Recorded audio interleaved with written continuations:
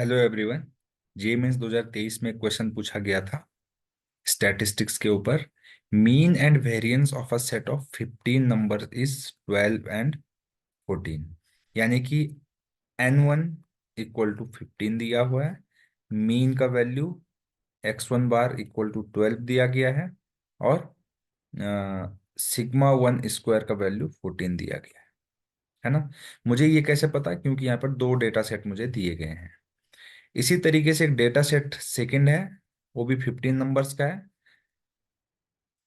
तो n2 का value equal to 15। उसका मीन कितना है? Mean and variance of another set of 15 numbers are 14 and sigma square. तो यानी कि x2 बार का वैल्यू कितना है? 14। सिग्मा टू का स्क्वायर कितना है? Sigma square. और बोला गया if the variance of all the 30 numbers, यानी कि इन दोनों को सेट को हमने मिला दिया। इसको लेट से हमने सेट ए बोला, इसको सेट बी बोला। दोनों को अगर मिला देंगे तो सेट ए प्लस बी हो जाएगा, जिसमें एन का वैल्यू हो गया है 30। इसमें सिग्मा सिग्मा स्क्वायर का वैल्यू 13 दिया गया है। और मीन का वैल्यू तो नहीं दिया गया है, तो लेट से मैं मीन को एक्स बार बोल देता हूँ, इसका वैल्यू मैं फाइंड कर लूँ, है ना। देखिए, यहां पर हमें फाइंड क्या करना है? फाइंड हमें सिग्मा स्क्वायर फाइंड करना है। कौन सा वाला सिग्मा स्क्वायर? ये वाला, है ना। तो इसको हम फाइंड कैसे करेंगे? तो इसके लिए हमें एक फॉर्मूला याद होना चाहिए। जब हमें कभी भी दो डेटा सेट दिए जाते हैं, तो उनका जो कंबाइंड वेरिएंस होता है उसका फॉर्मूला होता है sigma square is equal to n1 times sigma one square plus d1 square plus n2 sigma two square plus d2 square divided by n1 plus n2। ये फॉर्मूला होता है। अब इस फॉर्मूले में आप देखेंगे, मैं आपको समझा देता हूँ। n1 हमें यहां से मिलेगा, है ना। इसी तरीके से n2 ये रहा, है ना। इसी तरीके से सिग्मा वन स्क्वायर यहां से रख देंगे। इसी तरीके से सिग्मा टू स्क्वायर यहां से रख देंगे।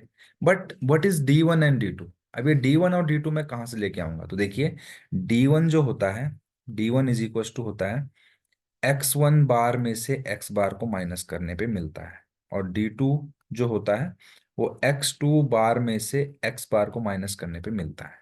बट x बार तो मुझे दिया ही नहीं गया है, तो x बार कैसे फाइंड करते हैं? तो x बार को बोलते हैं कंबाइंड मीन।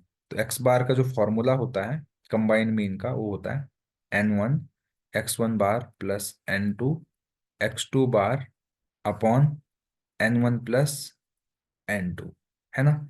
लेकिन जब दोनों में ही सेम डेटा सेट होता है तो हम डायरेक्टली डिवाइड बाई टू करके भी निकाल सकते हैं। अगर आप देखेंगे यहाँ पे तो हो जाएगा 12 × 15 प्लस 14 × 15 डिवाइडेड बाई 15 + 15।